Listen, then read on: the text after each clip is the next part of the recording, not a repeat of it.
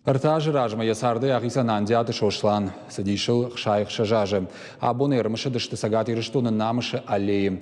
Хиуатты махашта жыты ясырцаван шавартой дидин жыты. Мазал бабыры коттой вағди бар қабышқашта югон команда юанктадыр, шема республика физкультурама спорта министр кочиты шошлан автомай. Арқуды коттой на номзыт спортсмена рухшном.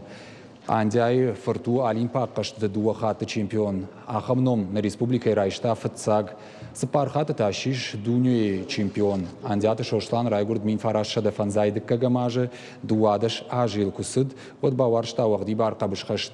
Шиш иттагдаш нусы спортым. Швангма евшимартима юма патурашон ерішті басақшта агаш педесталдыр. Ахамын тыштуадай фаштама никай кухабафтыд. Ештірш кухтинаттама фалтардинады тыхайфаштыдыр.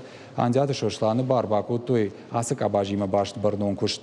Удиш парламенты депутат ахшана дон кушаг яудолдай фалойды хайын шакка куттой бира пацахадон харживджита. Сегодня третья годовщина со дня смерти Слава Петровича Андиева. Хотелось бы начать с этого.